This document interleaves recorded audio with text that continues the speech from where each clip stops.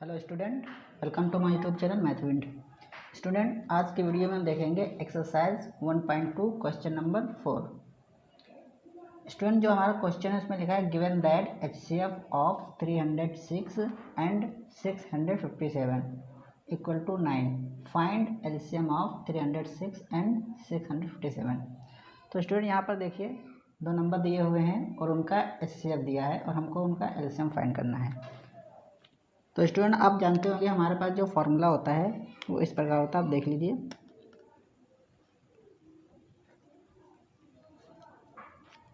LCM into HCF equal to product of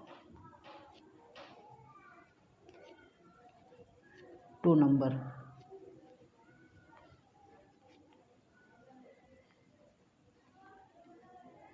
ठीक है student, हमारा जो फॉर्मूला होता है LCM into HCF equal to product of two number. तो देखिए आप, हमको यहाँ पर एलसीएम गिवन है और एचसीएफ फाइंड करना है। तो यहाँ पर एचसीएफ फाइंड करना है तो हम इस फॉर्मूले को इस तरीके से भी लिख सकते हैं।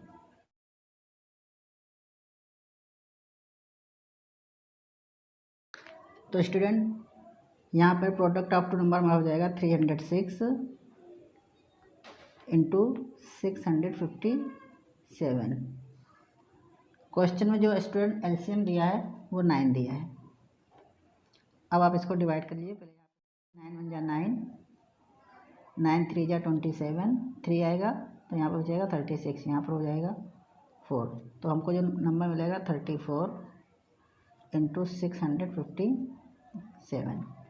स्टूडेंट, अब आप इसको जब मल्टीप्लाई करेंगे तो मल्टीप्लाई करने पर हमें जो इसका आंसर मिलेगा 22,338। आप इसकी मल्टीप्लाई करके देख लीजिएगा स्टूडेंट। अब मैं यहाँ पे लिख दे रहा हूँ।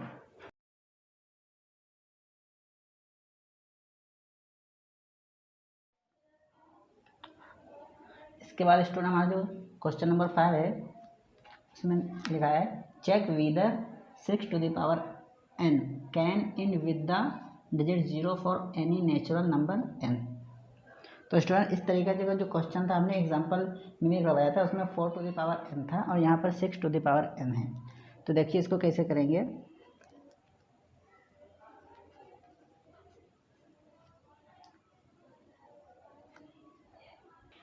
तो स्टूडेंट, यहाँ पर हम लिखेंगे we know that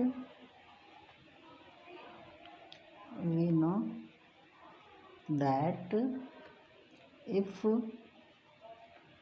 any number end with 0 then it, if नहीं यहाँ पे it आएगा स्टूडेंट, it will be। तो देखिए स्टूडेंट, अगर हमारे पास कोई नंबर गिवन है और वो 0 पे एंड हो रहा है तो वहाँ पे जो इसके प्राइम फैक्टर होने चाहिए वो 2 इंटू 5 की फॉर्म में होने चाहिए। ठीक है स्टूडेंट, अब यहाँ पे देखिए हमारा जो गिवन नंबर है वो है 6 टू द पावर n। अब यहाँ पर जब हम 6 के प्राइम फैक्टर करेंगे तो हमें यहाँ मिलेगा 2 into 3 to the power n। अब यहाँ पर n की हम कोई भी वैल्यू पुट कर दें नेचुरल नंबर तो कभी भी यहाँ पर 0 नहीं आएगा, क्योंकि यहाँ पर 6 के जो प्राइम फैक्टर है वो 2 इंटू 3 है, जबकि होना क्या चाहिए था 2 इंटू 5। तो यहाँ पर लिख देंगे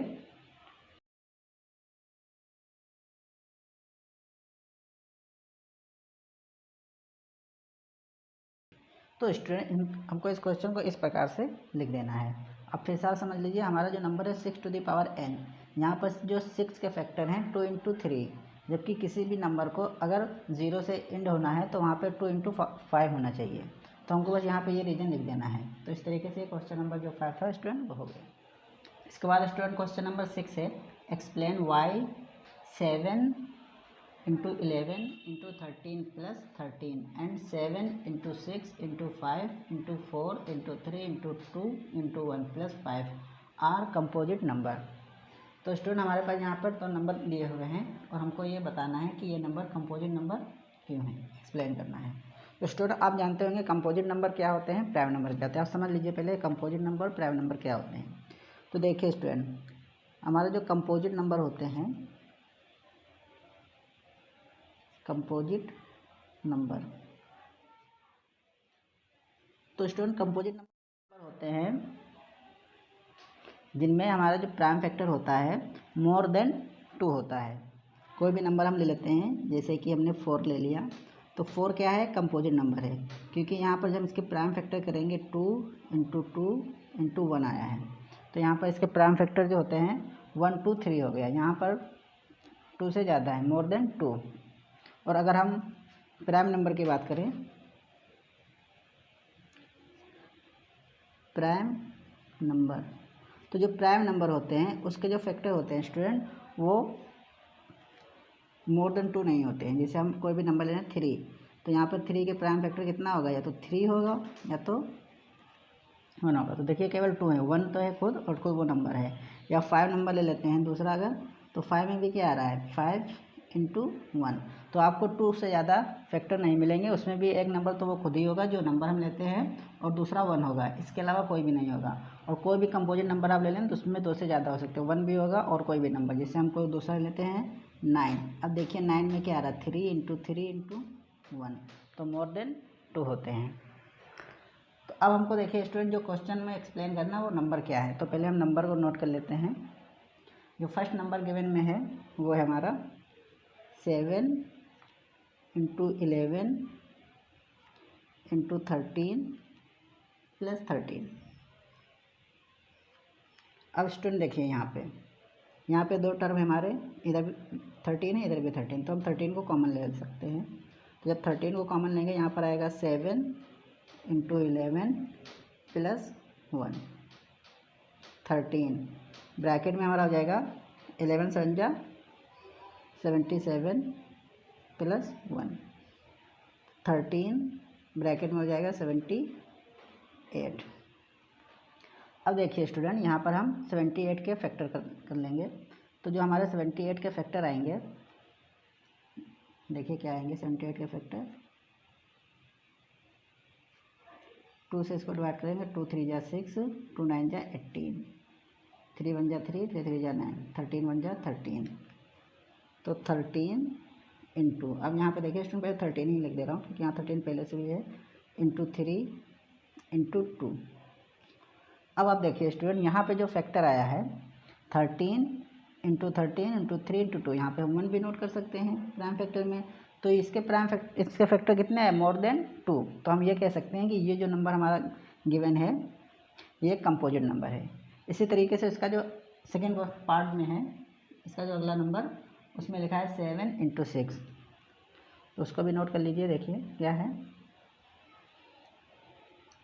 7 into 6 into 5, 4 into 3 into 2 into 1 plus में 5। स्टूडेंट देखिए अब इसमें भी हमको 5 कॉमन मिल रहा है, तो हम 5 को कॉमन ले लेंगे। तो जब 5 को कॉमन लेंगे तो हमको मिलेगा 7 into 6 into 4 into 3 into 2 into 1 plus में 1।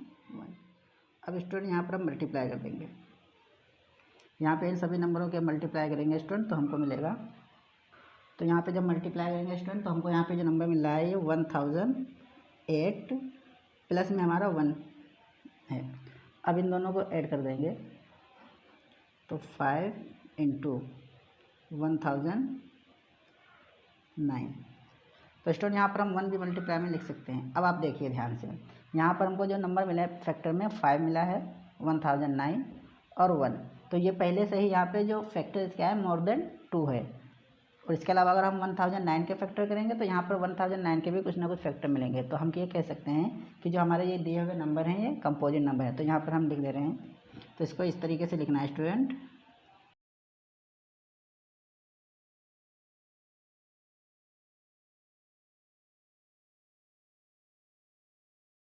तो स्टूडेंट इस तरीके से हमारा जो क्वेश्चन नंबर 6 था वो कंप्लीट हो गया है।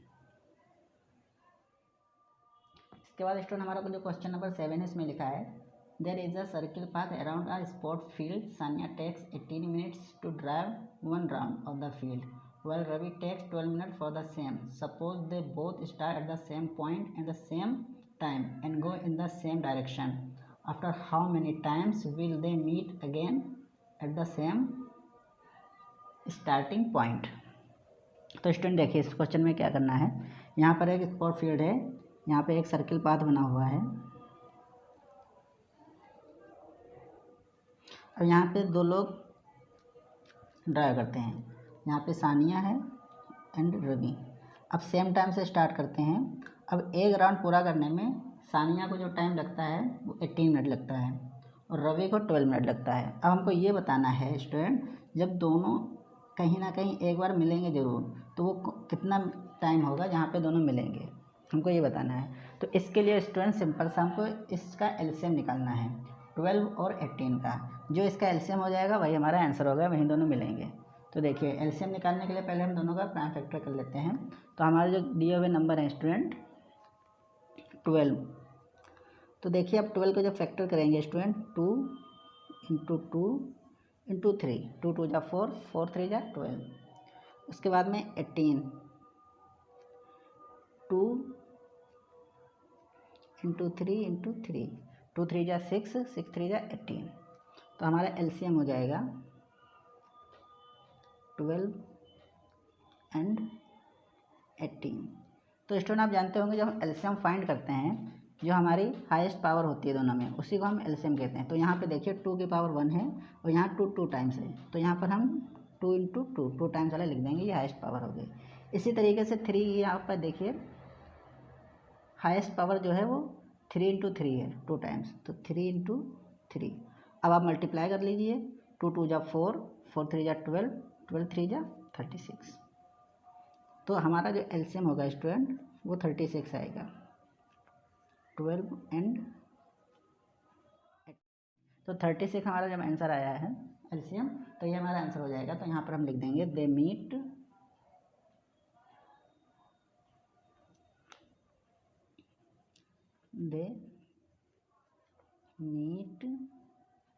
Eight a same point